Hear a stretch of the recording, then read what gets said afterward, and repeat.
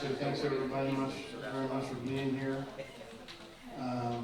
Rather than have an invocation this afternoon, this evening, what I'd like to do is take a moment of silence. We in prayer for the two firemen that are out there somewhere, and I know that everybody's frantically looking, and let's hope that they find them. But if you would please rise and join me in a moment of silence, followed by the pledge.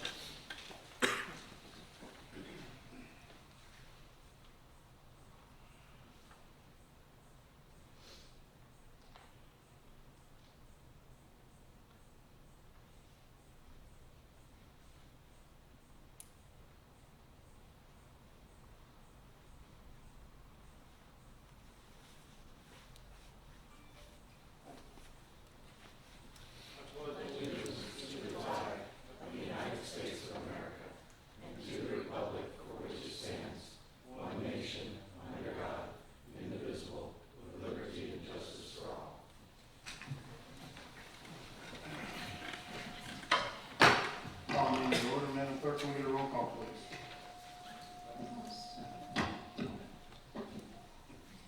Councilmember Doherty? Here. Councilmember Dumont? Here. Councilmember Golding? Here. Councilmember Hoffman? Here. Councilmember Nichols? Here. Councilmember Vogelsang? Here. Mayor Latham? Here, and 136, please. I move that we approve the minutes of council workshop held on July 29th, 2019. Second. Got a motion and a second, any discussion from the council? Seeing none, all in favor, please signify by saying aye. Aye. Any opposed? By your action, motion carries. 137. I move that we approve the minutes of the budget showcase held on August 2nd, 2019. Second. Got a motion and a second, any discussion from the council? Seeing none, all in favor, please signify by saying aye. Aye. Any opposed? By your action, motion carries. 138. I move that we approve the minutes of the budget workshop held on August 5th, 2019. Second. Got a motion and a second, any discussion from the council? Seeing none, all in favor, please signify by saying aye. Aye. Any opposed? By your action, motion carries. 139. I move that we approve the minutes of the council briefing held on August 5th, 2019. Second. Got a motion and a second, any discussion from the council? Seeing none, all in favor, please signify by saying aye. Aye. Any opposed? By your action, motion carries. 140. I move that we approve the minutes of the regular council meeting held on August 5th, 2019. Second. Got a motion and a second, Ms. Golden. There's just a couple of errors in there. There's a name misspelling and a street that's wrong, and I can give that to the city clerk if you want me to do it that way, or do I need? That's fine. You know, Okay. we can modify the motion to approve with scrivener's error. Okay, So moved. so moved. Second. Second. Thank you. Any other discussion from the council? Seeing none, all in favor, please signify by saying aye. Aye. Any opposed? By your action, motion carries. 141, please. I move that we approve the minutes of the budget workshop held on August 6th, 2019. Second. A motion and a second, any discussion from the council? Seeing none, all in favor, please signify by saying aye. Aye. Any opposed? By your action, motion carries. 142. I move that we approve the minutes of the budget workshop held on August 8th, 2019. Second. Got a motion and a second, any discussion from the council? Ms. Golden? Another Scrivener error, and I'll move that we approve it with the amended with the Scrivener error, I guess. Or- Okay. Second. Got a motion and a second, any discussion by the council? Okay, the scrivener errors and motion are accepted. So all in favor, please signify by saying aye. Aye. Any opposed? By your action, motion carries. 142. I move that we approve the minutes of the budget workshop held on August 12th, 2019. Second. Got a motion and a second, any discussion from the council? Seeing none, all in favor, please signify by saying aye. Aye. Any opposed? By your action, motion carries. Okay, announcements. Mr. Doherty. I don't know, you probably forgot my name. That's what I was getting to. I was, Phonetically spell it out. I missed a lot of the previous meetings. I really appreciate the work the staff and my colleagues did by attending those workshops and making sure that everything has run smoothly. I made a promise to my dad 10 years ago that I was taking him to Scotland for 70th, so it was just happened to be during budget time. I didn't make it that way. He was born in 1949, August 2nd, so, but in all seriousness, I appreciate the work that everybody does, and I apologize for missing the workshops.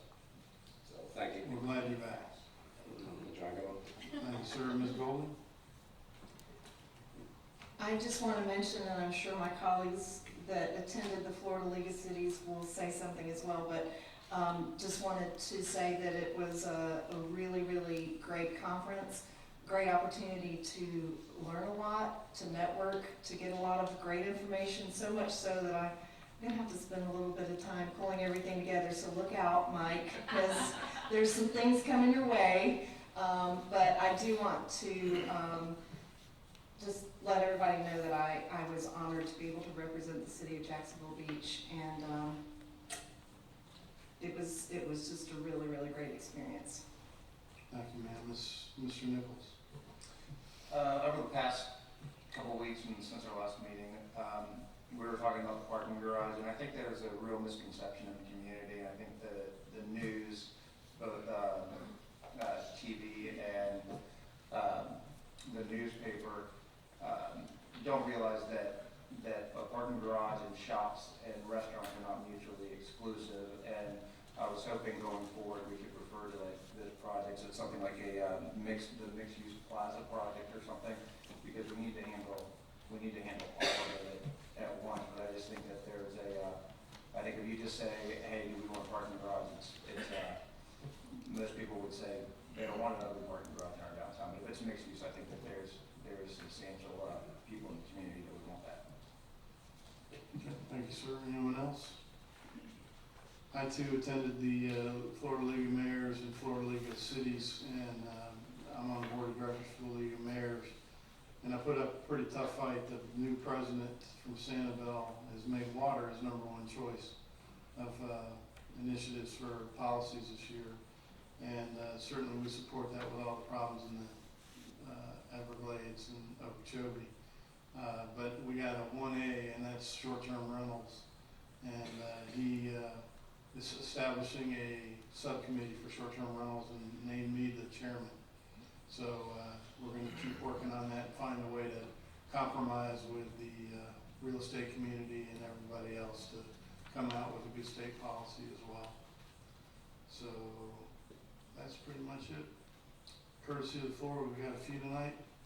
If you would, I'm going to read my statement. This portion of the agenda is designed to allow citizens the opportunity to bring matters to the attention of the council. It is not reasonable to expect the council will engage in debate or deliberation about matters on which the council has not received any prior information as part of the agenda. Before addressing the council, please state your name, address for the record. You're asked to limit your comments to 3 minutes, and public comment cards are conveniently placed at the meeting room entrance and should be submitted to the clerk on the far left of the dais. And first tonight we have Rebecca Like. Rebecca, if you come forward, give us your name and address. You'll have 3 minutes. Can Ken go first? Is that okay? I've never done this before. I really That's don't fine. want to be the first. Ken, come on forward, give us your name and address. Sure. You only have 3 minutes, sir. Ken Marsh, 2011 Gale Avenue.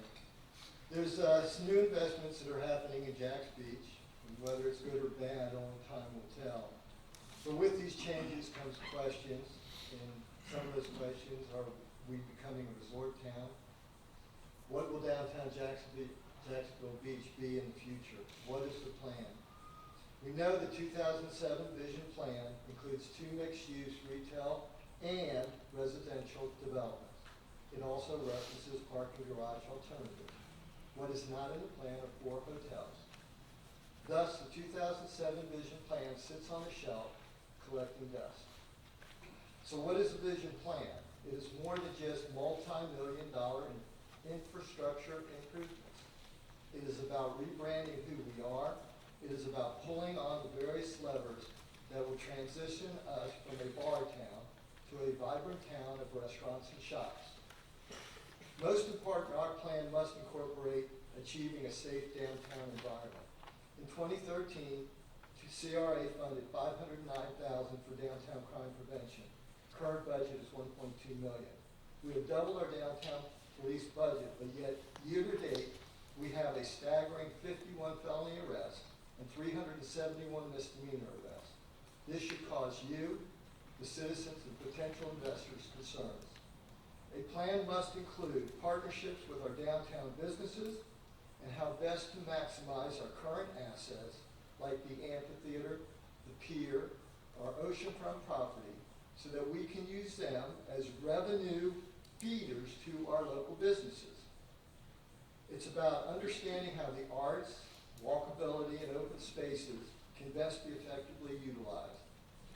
In its simplest form, we need specific action items, accountability and timelines that encourage what we want and discourages what we don't want. And it needs to be communicated to the residents and the investors so we're all on the same page. On June the 3rd, Gary Patel talked about the need for a vision plan for the downtown area before moving forward with the garage or the CRA position. The item has yet to be addressed.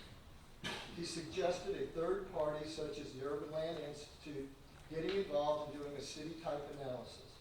Key will be deciding what we are asking them to do.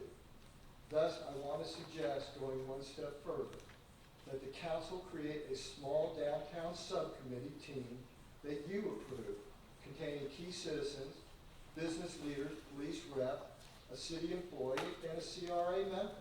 Have them put together a document of what that third party should present to you. I want to close with a quote from Commander Smith at the May 20th Alcohol SRX workshop. And he was responding to how his team handles alcohol-related problems.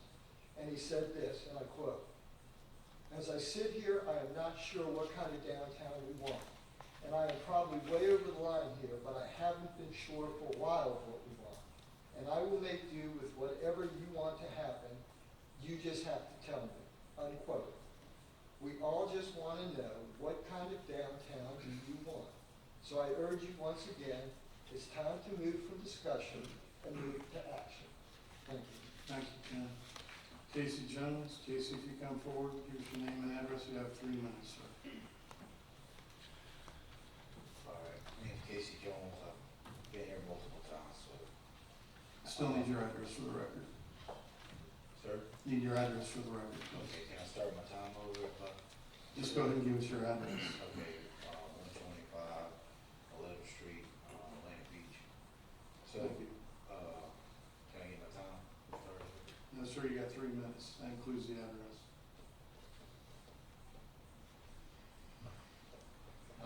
I just wanted to thank the mayor, wanted to thank the city council for hiring, the city manager. Seems like he really cares and wants to issue the problem. I came here multiple times and it's about the sea turtles, so it's no big secret, but I really do appreciate what he's done, the steps that he's taken. I called his office a couple times today to try to get an update since the last meeting was 14 days ago. I didn't get an update, so that's why I'm here. Just wanted to see what has been done since the last meeting. Has the illegal lights in the parking lot been changed out? I found out other information that I wanted to thank the new city manager on doing such a great job of starting the board, the lighting, I don't know what it's called, but he formed from each department to tackle the light pollution that's in Jack's Beach.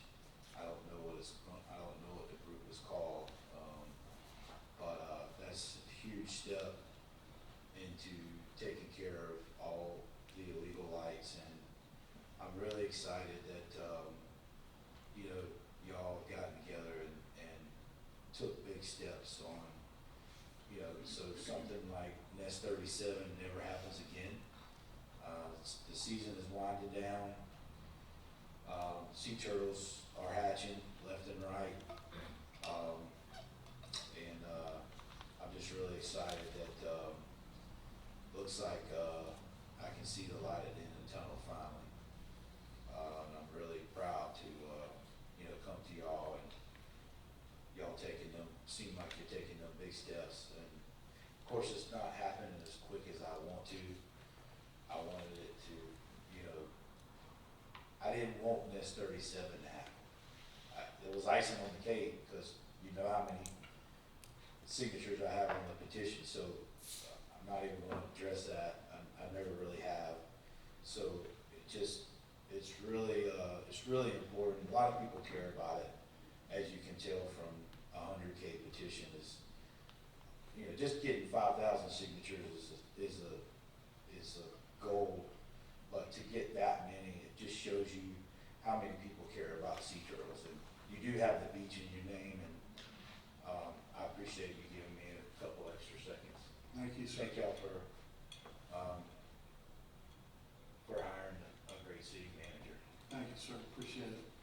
Rebecca, you ready? I guess. Y'all pumped up, ready to go? No pressure, man. We're gonna start with your name and address, and then you'll have 3 minutes. Okay, my name's Rebecca Lake, my address is 1017 2nd Street North.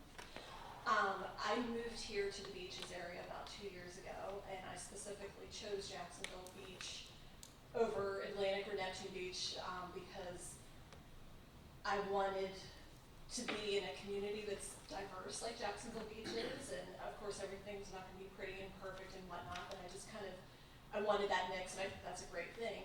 And my main concern I share is Ken's as well, as what's gonna happen with our downtown.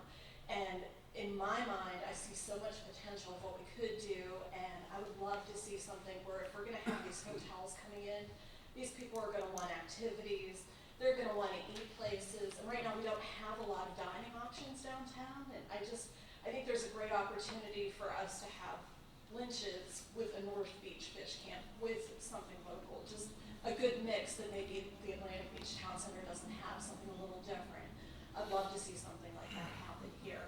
And also along the lines of what Ken was saying, that some sort of coalition to kind of keep it all together, because I've come to some of your meetings and y'all have a lot on your plate, there's a lot of different topics, but if there was somebody to kind of spearhead just specifically paying attention to downtown, to who's coming in and what incentives can we offer and how can we make it safer, can we make it more pedestrian, bike friendly and whatnot, to have somebody to report to would be great. And if you do form some sort of committee and you need citizen volunteers, I know myself and some of my neighbors would certainly do it and help out. So I hope y'all will think about downtown, because obviously it's happening now with Margaritaville, and there's a way to do it right, and then there's a way that we'll just have a bunch of hotels and a bunch of crime and a bunch of homeless, and or it can be turned around. So just wanted to say that, and thank you. Thanks, Rebecca. You did great. Ron Taylor. Ron, if you come forward, give us your name and address. You'll have 3 minutes, sir. Ron Taylor, 360 13th Avenue North. I came before y'all. First of all, I want to thank y'all for your service. I know this isn't easy. We are a small town and you don't get paid a whole lot of money to do what you do. But I came before y'all a couple weeks ago on behalf of Bryn Turner, who'd been run over on 2nd Street North about 5 weeks ago now. I was away on business last week, and I understand somebody got shot on 2nd Street again. And it doesn't matter what you do as far as plans for the downtown or garages or shops or anything, but if we don't have public safety, we'll have nothing. There will be nobody coming to this town, and there will be no shops and nobody wanting to be here. And as I spoke last time about taking ownership of this, we all have to take ownership of this. And something has to be done. I don't know if we need to have a workshop to get citizens involved and find out what can we do, come up with some plans, people put their heads together to figure out how we're gonna change the culture of Jacksonville Beach, because it's going to hell quickly. And I just can't understand how these things keep happening. And again, we could talk about all the buildings and all the plans and everything, but if we don't get control of our public safety, and I don't know what it's gonna take personally, but I'd like to be involved. So I think, we need to declare a public safety state of emergency and come up together with some ideas on how we are going to fix the problems that we have. As I spoke last time, you don't speed on 3rd Street, Neptune Beach. You just don't. That's the culture Neptune Beach has instilled in us. There are other places where you just don't do certain things, and cities can turn around. Fort Lauderdale used to have a huge spring break problem, and their citizens got fed up with it. And heavy policing of that city moved spring break to other places. New York City used to have over 1,000 murders a year, and they started cracking down on the little stuff, the people that were washing the windshields and begging. And it was amazing. Crime all the way up the ladder went down by heavy policing of what was going on. So I don't know if that's what we need. Personally, I think from 8 o'clock to 4 o'clock in the morning on Thursday, Friday, and Saturday night, we need to have as many police officers on the street looking at everything that's going on. From the jaywalking across those medians where I nearly killed 2 people, crossing near Rita's as they fall out of the bushes, to the speeding, to the fights, to everything. And we just need to, like I said, we need to come together as a community and come up with some ideas of how we're gonna fix this. But it needs to get fixed, and it needs to get fixed soon, or nothing else we do matters. Thank you. Thanks, Ron, appreciate it. Gary Patel, Gary, if you come forward, give us your name and address, you have 3 minutes, sir. Good evening, Gary Patel, 725 On Air Circle, Jacksonville Beach.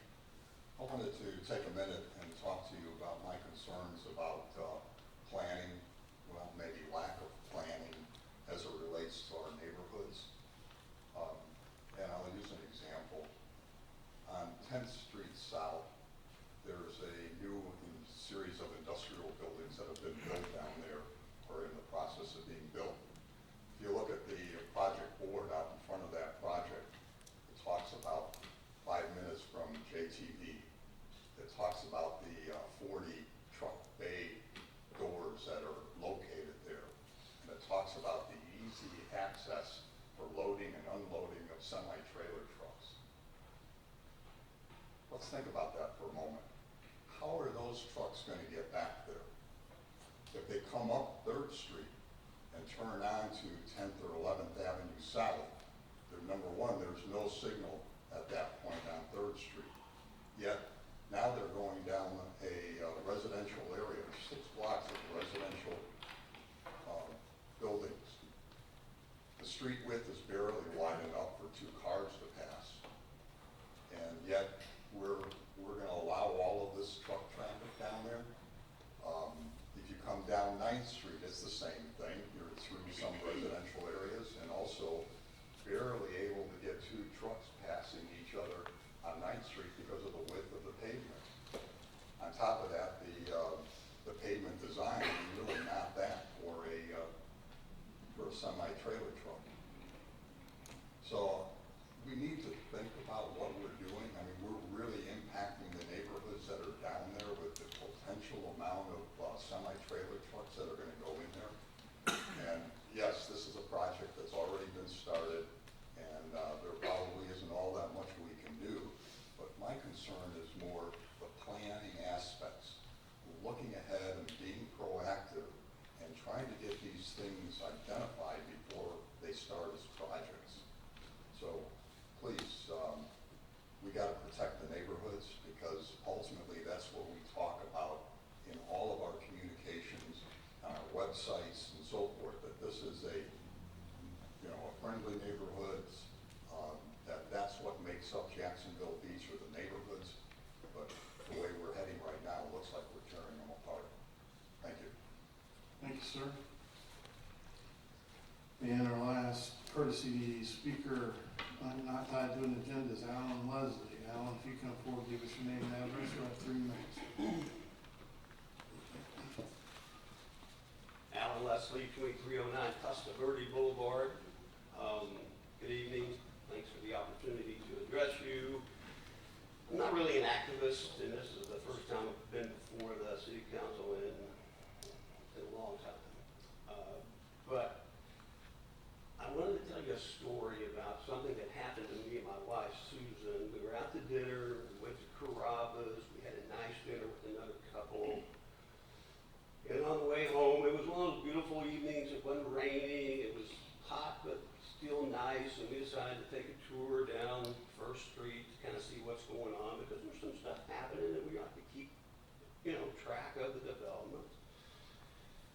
So we're going north of Beach, and the windows are down, and we're suddenly confronted with a small group of the most horribly inebriated people I have seen in a long time.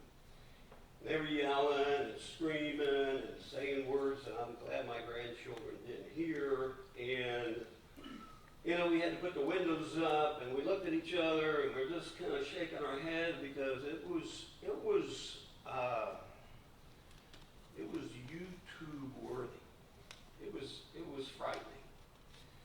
And so what's occurred to me as I've been thinking about this over the last couple of weeks is what seems to be lacking is a police presence on First Street.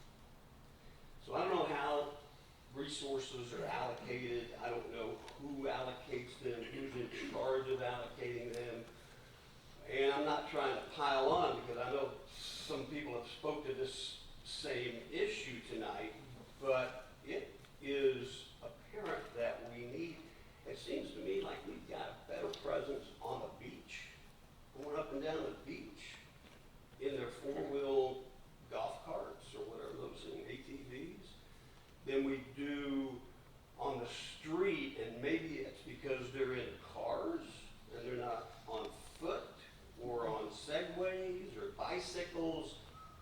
But I would like to ask the council if they would take this as an action item and take a look at the allocation of our legal resources on First Street and downtown to determine if there's some better way to control what has become, I think, a problem beyond our, well, it's not beyond our ability, but it's certainly a major problem. So I don't know how, again, it's been a long time. I don't know the process very well, but if somehow that could be added to someone's agenda or somebody's committee or somebody could take the lead, I would appreciate that very much. Thank you, sir. Appreciate it. Okay, that's closing the courtesy of the floor to visitors. Moving on forward on the agenda, item 144, please. Move that we accept the monthly financial reports for the month of July 2019. Second. Got a motion and a second. Any discussion from the council? Ms. Dumont. Thank you. I have just a quick question, and I know we discussed this 2 or 3 months ago with building maintenance, the expenditures for it, and why it was so low. You said that, you know, it's kind of pumped, didn't want to get to it. You have 2 months left, and we're still at almost 29% below what we from last year. Or in the next 2 months, are we doing a lot of building maintenance? So I asked that question of our property management group, and they said for the remainder of the fiscal year, some of the projects they have planned for the city hall building was to do some sealing and painting around the interior and exterior, to do some stucco repairs, and then we have the annual load testing of the generators that's still yet to be completed. So yes, they have some kind of cyclical projects that are going to occur in these last 2 months of the year. Nothing with AC or heat? Well, did you mention that? We'll be putting forth a council memo, probably the first meeting in September, to pay for the emergency replacement of the upstairs AC units that were scheduled to be replaced in 2020. But just didn't quite make it. I couldn't make it. They just released it. All right, thank you. Sorry, Ashley got the CFO. Thank you, ma'am. Anyone else? Seeing none, roll call, please. Councilmember Doherty? Yes. Councilmember Demott? Yes. Councilmember Golding? Yes. Councilmember Hoffman? Yes. Councilmember Nichols? Yes. Councilmember Vogelsang? Yes. Mayor Latham? Yes, 145, please. I move that we award RFP 06-1819 for inspection services to the highest ranked respondent, Universal Engineering Services, Inc. Second. Got a motion and a second. Mr. Stefopoulos. The building division here in the city of Jacks Beach is relatively small in comparison to some larger jurisdictions. As such, they do have an occasional need to use contractual services for everything from plans review to inspections out in the field. The building official and his group conducted an RFP. looking for these additional services, and what you have in front of you is the award to the #1 ranked firm of Universal Engineering Sciences. And here to answer any questions, if you have any, is George Knight, our building official. Thank you. George, you want to come on up to the podium? Ms. Dumont, you're first on the queue. Thank you. I understand the need for this, but my only concern is for those who are out in the field, if it's a contracted business, how are the people who are in those houses know that it's a contractor working on behalf of the city? Are we going to be sending out letters or notifying anybody who has an inspection coming that it's not going to be a city employee and to look for X company or X person? Yes, ma'am, certainly that would happen, in the event that it was a house. Primarily what we've done here is we've looked for alternatives to our commercial construction services. I'm the only commercial inspector here, and over the last 2 years, as you can tell, there's been quite a bit of growth. And been keeping it pretty well in-house, but with the larger projects coming, we just see the need. I don't anticipate these particular individuals going to people's private residences. Okay, just that if they do somehow contact the residents, let them know that it's not a city employee. Thank you. Thank you, ma'am. Ms. Hoffman? You answered my question with that, though, just to confirm, these inspections were being done by you previously. We didn't have an existing contract with another company. That is correct. Thank you. Anyone else? And just to add to that, if I might, they will still be done by me. This is just to catch any overflow that I may not be able to get to. I've been handling them, and I can do a lot, but at some point, I need some help. Thanks, George. Okay, Madam Clerk, roll call, please. Councilmember Dumont, Yes? Councilmember Goldie, Yes. Councilmember Hoffman, Yes. Councilmember Nichols, Yes. Councilmember Vogelsang, Yes. Councilmember Doherty, Thank you. Or yes? Mayor Latham. Yes, and thank you too. Thank you very much. 146 is I think we're just gonna turn that over to, is there a motion time to that? I don't know. Just motion wording. I'm gonna let Mr. Stefopoulos lead the discussion on 146. Thank you. 146 was to be the second reading of the short-term rental ordinance. The interim attorney can expound a little bit more, but the long and short of it is that based on some recent legislation in the state of Florida, we're asking for a 2-week deferral for an opportunity to review some of the recent case law and see if there's any impact to the language that has been drafted into our ordinance. So with that, we are asking for a deferral to September 3rd, 2019 for the second reading. Thank you, sir. Any questions from the council? Seeing none, roll call, please. Oh, you don't have a motion. Need a move to approve the recommendation of the city manager? I'll just go ahead and read the motion as written, if that's okay. I move that we defer ordinance number 2019-8118 as amended, amending the Land Development Code, Chapter 34, to define and regulate short-term vacation rentals where permitted to a date certain of Tuesday, September 3rd, 2019. Second. We have a motion and a second. Any additional discussion? Seeing none, roll call, please. Councilmember Goldie, Yes. Councilmember Hoffman, Yes. Councilmember Nichols, Yes. Councilmember Vogelsang, Yes. Councilmember Doherty, Yes. Councilmember Dumont, Yes. Mayor Latham. Yes, and 147, please. Oh, this is there a motion?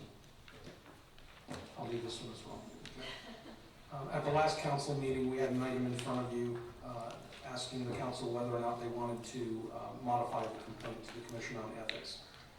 The council deferred at that point in time to this meeting, and since that time, we have also found out a little bit more information, which is actually a good thing. The first is with regards to the insurance deductible. On a hunch, Ms. Nelson got in touch with the right person at our insurance carrier, and it turns out that the information that was provided by their third-party vendor to us in writing was not technically correct.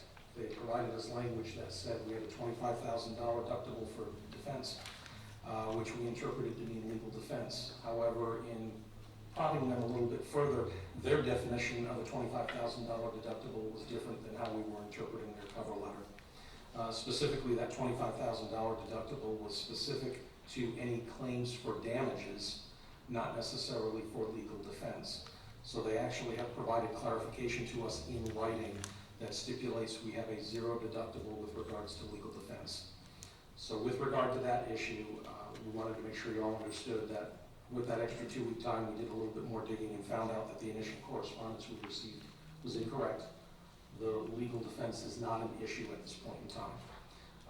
We did also find out a little bit more with regards to withdrawing an official complaint and resubmitting it as a petition, or I'm sorry, as a request for opinion. And Ms. May, if you want to expound on that a little bit, I think the council would probably be interested to hear what that was. Good evening, Council. Yes.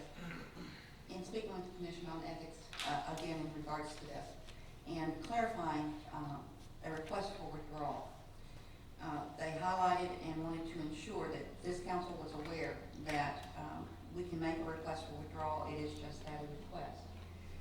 That request must be for good cause found. I asked them to please expound upon that. The draft letter you see before you obviously contains the facts and circumstances as I tried to draft them, and as you may clarify. However, they did emphasize that good cause shown would take into consideration the legal sufficiency or insufficiency of the complaint, but also the stage and disposition of the complaint. They highlighted to me the length of time that the complaint has been with the COE is a factor, in that they've had it since May 24th.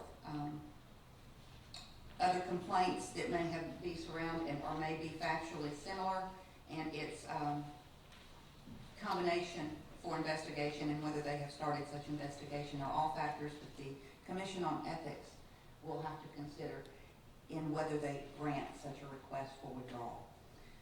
So they wanted to be sure that this council was aware that a request for withdrawal is not a given.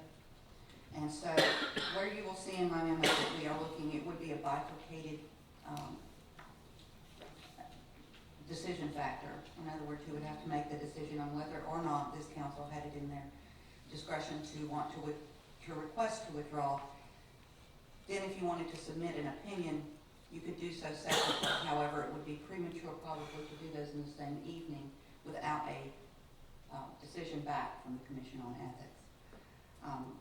Again, and in doing that, in putting forth the opinion, again, that becomes problematic sometimes. Again, it's usually standing as to the council member who is being complained against.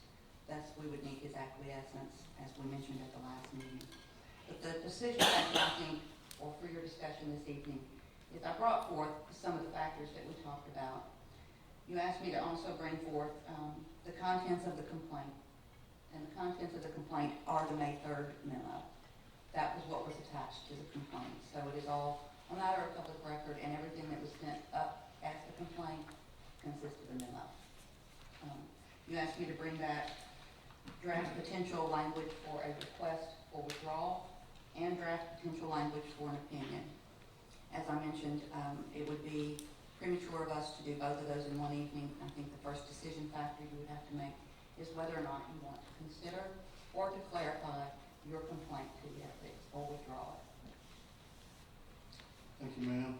Before we open the floor to the council, I'll get a speaker card for this agenda item, and it's from John McGowan. John, if you come forward and give us your name and address, you'll have 3 minutes, sir. John McGowan, I live at 5 17th Avenue North, Unit 401 here in Jacksonville Beach. I was not able to attend the last meeting. I watched it from my tiny little dorm room at Oxford, 2 o'clock in the morning, so thanks for keeping me up all night before final. But I was watching the debate, and I watched Councilman Vogelsang debate with the city attorney over reading of the law. And it reminded me of the beginning of the summer. I worked at the general counsel's office of the city of Jacksonville, and I sat through a board meeting. And there was a member of that board that is an attorney, and they were having a discussion over an action they could take, what the process to awarding a grant was. And the city attorney gave her opinion, and the member of the board questioned it, and the chair interpreted that as 2 attorneys disagreeing and said, well, we have a disagreement on the law, what we should do. And the city attorney stepped up and said, no, there is no disagreement on the law. I am your attorney. I understand he's an attorney, but in this room, I am the attorney for this board. She is the attorney for your board. Mr. Vogelsang's opinion on the law on this matter does not matter.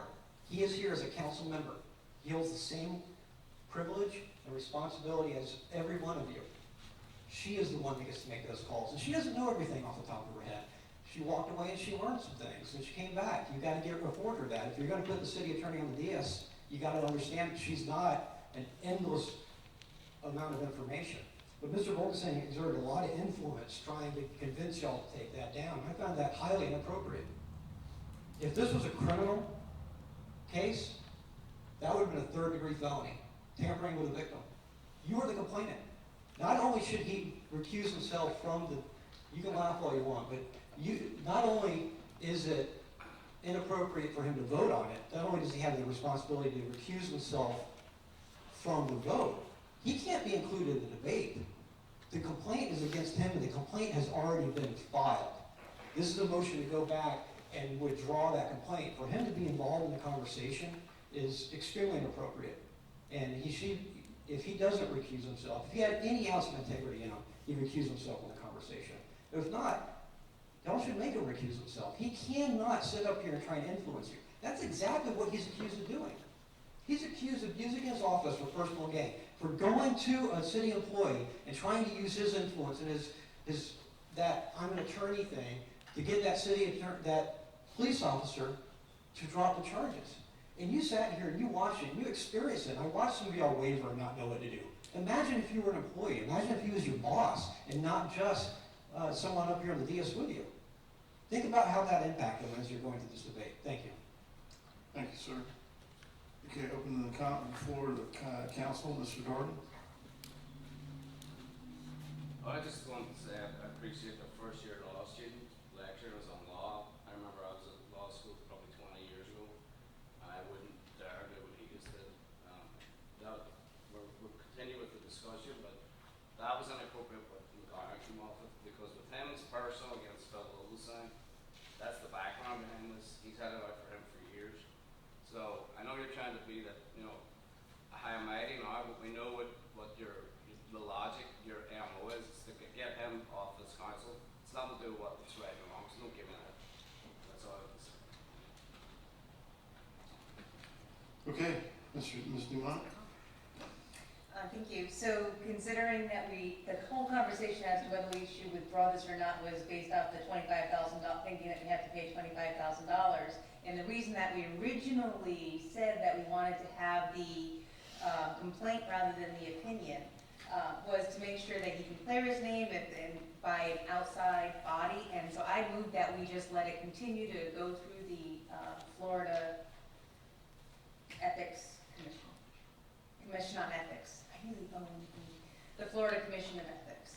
Okay, before we take motions, I'm going to let everybody speak, and then I'll be seeking motions, okay? Ms. Hoffman? I agree. I think the reason that gave us pause is no longer a consideration.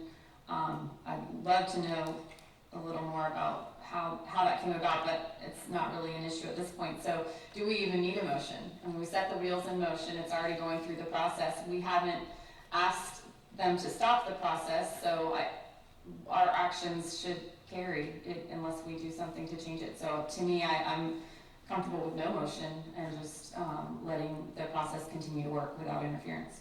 Actually, when I read the binder this weekend, I thought the same thing. Was that, everything on all counts, it seems like we met the same criteria we had before, and so we're back to where we were. Doesn't seem like we need any motion if we're in agreement to move forward, but we'll keep discussion open. Mr. Nichols? Yeah, I asked about the former city attorney, Susan, about her activities and stuff, and my understanding was that she was involved with she was going to stay involved with any ongoing issues, and, I see this as one, and I think that there's, some questions that she needs to be available when if we are going to go through this again, that there's some questions I think she needs to be available for answering. Thank you. Ms. Golding? I took the opportunity to speak with Chris Anderson, who's the executive director of the Commission on Ethics, to ask him some questions, just to try to get a better understanding with regard to opinions and complaints and that sort of thing. And one of the things that he said that really stuck out to me was it supported why we did what we did with the complaint, that it would be a more thorough process, that it would, the result would be a definitive statement of what did or didn't happen and what's right or wrong or whatever. That being said, when I read the memo that Ms. May did, or I guess it was the request for an opinion, and she specified 3 questions, I felt like those questions were really good questions that provided some clarity towards what we want to know. And my understanding is that I'm not sure that those questions were posed in the original filed complaint. So my thought would be, could we amend the complaint to include these questions so that we make sure that we're asking them, we've got clarity in our request on the complaint? And can we amend the complaint, Ms. May?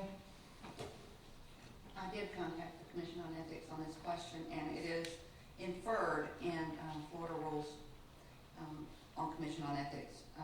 When it speaks to subsequent sworn amendments to the complaint, shall also be transmitted in the same manner. I did contact them to make sure I wasn't missing where's the process for that. They did indicate that, yes, you can amend the complaint. Typically that's done to add factual information and not what they would see as trying to limit. In other words, what we did send up was very general, and it did just generally say anywhere in Chapter 112, basically. The 3 very specific questions I asked are 3 different, very specific subsections of Chapter 112. And the take I got from the Commission on Ethics is they might see that as limited. In other words, they have all the facts before them, and they have an ability to contact witnesses, and they have an ability to look at the entire section of 112. And so it may be seen as limiting if we were trying to amend it to say, only look at these 3 questions. So that's the feedback I got. Okay, all right, thank you. Thank you, ma'am. Ms. Dumont? Thank you. So I take it the letter that accompanied the memo referenced 112, because the memo that you gave us here as to what the complaint was has nothing to do with Florida statute, it's only our city code. Correct. It's Form 50 that you pull off the website for Commission on Ethics, and it just said, as to the memo attached, is there a violation of Chapter 112? It was that general. Okay. I also like the questions, but on the opinion, but that's something I think we can revisit afterwards. How it was explained to me was complaints are past behavior, opinions are future behavior. So we can, once this is settled, we can put in, ask for their opinion on future behavior, so we know best how to conduct ourselves in the future. That was the markation that was explained to me. Okay, anyone else? Okay, at this point, I'll seek motions to move forward, including no action. So, motions to move forward. I make a motion to. I need a light, please. Ms. Dumont. I make a motion to move forward with the, with what we originally did, so to do nothing. I make a motion to do nothing. Second. Okay, I got a motion and a second. Any further discussion from the council? Madam Clerk, roll call, please. Councilmember Hoffman, Yes? Councilmember Nichols, Yes. Councilmember Vogelsang, Abstain. Councilmember Doherty, Yes. Councilmember Dumont, Yes. Councilmember Goldie, Yes. Mayor Latham. Yes, and 148, please. I move that we approve an amendment to the interlocal agreement between the City of Jacksonville Beach, Florida and the City of Jacksonville, Florida for advanced life support and fire services. Second. Got a motion and a second. Mr. Stefopoulos. As the council is likely aware, the interlocal agreement for fire service with Jacksonville ran into a small bump as it went through their auditor's office up in Jacksonville. They had a few questions for their administration. That led to a dialogue between our administration and their administration, and a request for us to make an amendment for clarifying language to Article 7E. At the crux of this issue is the fact that the City of Jacks Beach is effectively going to be closing out its contributions to the fire department pension fund. If you recall correctly, when we gave out spreadsheets that showed the cost impact, There was approximately a $750,000 a year payment over a 10-year window to bring our plan to quote-unquote 100% funding as part of the handoff to the city of Jacksonville. Jacksonville identified that as they go forward with the liability associated with the plan, once we've gotten it to 100%, they don't really have any control over the assumptions that go into managing the pension program, the pension plan. Specifically, our pension board are the ones that are vested with setting up those assumptions. So while we all agreed that there is no way to dictate to our pension board what assumptions they use with regards to rate of returns, etc., we could put some language in here that says, to the best of our ability, we would encourage the pension board to match the assumptions that the city of Jacksonville uses for their police and fire pension fund. So the language that you have in front of you basically codifies that we will do that to the best of our ability. It in no way is a guarantee. The other thing that it indicates is that if during the 20-year agreement the fire department were to come back to the city of Jacks Beach, the same process would work in reverse. So the city of Jacksonville would need to bring the account to 100% funding as part of the transfer back over to us. And that's also some language added in there as well. With that, both myself and Ms. Nelson are here to answer any questions if you have them. Thank you, sir. Mr. Vogelsang? Where are we on, at least with our other pension funds, what are we at as an assumed rate of return, and do we have the goal of getting down to where Jacksonville is at 7%? Last year we were at 8%. This year we're at 7.9. 7.45. 7.75 is. Assumed rate of return right now. The assumed rate of return, 7.9. 7.9 for this year. For fiscal year 2020, we are looking to lower our assumption to 7.75. And the following year, we are looking to drop to 7.5. So we are in a gradual decrease of our assumed rate of return. Great. And for the purposes of closing out the account, as part of the negotiation, Jacksonville did make us use a 7% rate of return assumption for the closeout. And I think the 7% is proper. I just wanted to make sure that at least we're tightening up on that end, but I want to make sure our other funds have the same mission, because we need to get down to have an actual rate of 7 is more appropriate than inflating our numbers. So I appreciate that information. Any other discussion from the council? Seeing none, roll call, please. Councilor Nichols? Yes. Councilor Vogelsang? Yes. Councilor Doherty? Yes. Councilor Dumont? Yes. Councilor Golding? Yes. Councilor Hoffman? Yes. Mayor Latham? Yes. Okay, ladies and gentlemen, this is adjourned. Have a good evening. Get it another hour. Congratulations. Comment? Wow, that's it. Woo-hoo! He said it did. I thought that was a weird location. But that was a catch. I think.